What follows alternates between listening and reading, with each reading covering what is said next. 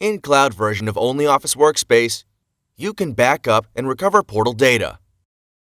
Go to Settings and choose Backup Storage Location. Your own machine, OnlyOffice Documents module, or third-party storage, like Dropbox or Google Drive. Include mail messages in backup. Click on Make Copy. The size of backup copies is unlimited, but you need enough disk space to store them. All portal data are saved as a single file.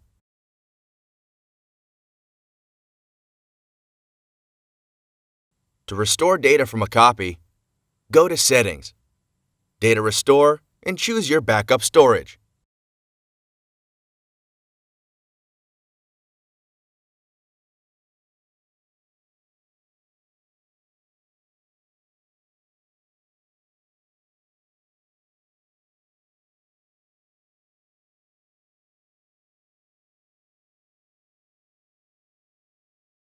Enable and schedule automatic backups.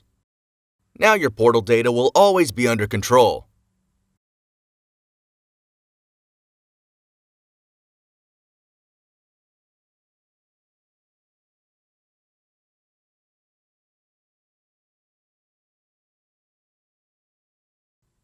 Subscribe to discover more OnlyOffice features.